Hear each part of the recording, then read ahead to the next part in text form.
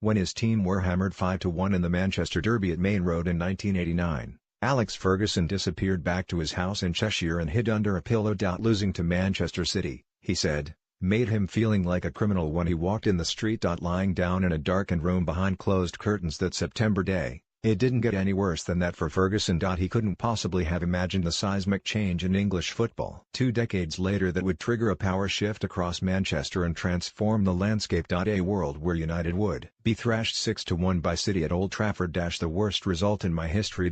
Or lose the title on the last day of the season in such painful circumstances that Ferguson delayed his retirement by a year to put it right. And now this. Victory for City in Saturday's Manchester Derby would see them being crowned champions in the sweetest way imaginable. Pep Guardiola's side would become the fastest title winners in Premier League history and a team that could easily break more records for the most points, most wins and most goals as well.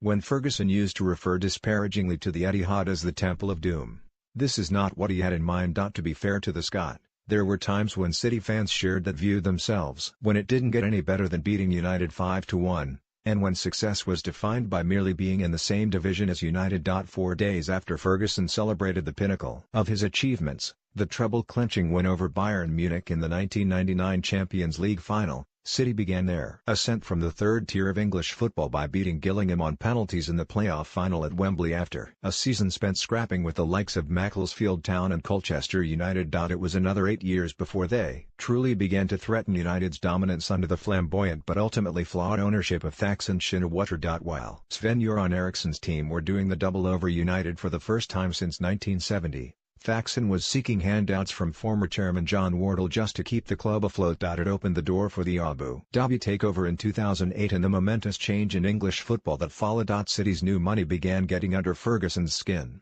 and nothing more so than the capture of United striker Carlos Tevez, which was celebrated by the cheeky welcome to Manchester billboard in the middle of town. It's City, isn't it?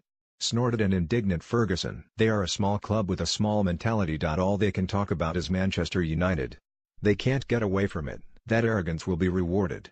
They think taking Carlos Tevez away from Manchester United is a triumph. It is poor stuff. It will not be easy for City and, to me, they don't even come into the equation. Deep down, Ferguson probably knew that wasn't the case.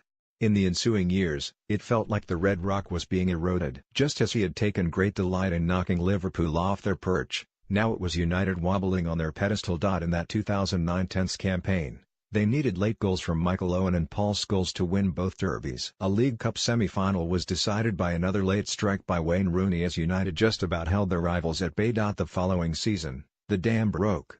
City's 1-0 win over United in the FA Cup semi-final at Wembley was a watershed moment that paved the way for their first trophy in 35 years, a drought that had been gleefully updated on a banner at Old Trafford each season. The Premier League title was next, won on the back of that 6-1 victory at Old Trafford and a memorable Monday night at the Etihad when Vincent Kompany's header opened the door for City to be crowned champions on the final day against QPR. Probably the greatest compliment you could pay City is that they are no longer the challengers to United, as Liverpool, Chelsea, Arsenal and Leeds once were.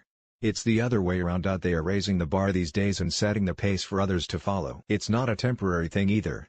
They have a vibrant young squad, the best coach in the world and enough money to maintain success for years to come. While Guardiola is moving the club forward with a clear, coherent plan, United seem to be following rather clumsily, throwing money at the problems in the hope that Jose Mourinho can make it all right. City are dominating United at youth level, so long a source of pride at Old Trafford, and competing for the highest accolades in the women's game at a time when their neighbours have only just decided to launch a team. Commercially, United have always been able to trade off their proud history and global appeal, but even that is coming under threat. City have set up in camp in America, Australia, Japan and will soon do the same in China, where they already have investment from the highest level. In the week that they hope to submit United to the ultimate indignity by simultaneously winning the Manchester Derby and Premier League title, it emerged that City have gotten ahead of their rivals to strike a deal with dating app Tinder. As Ferguson would no doubt agree, times really have changed.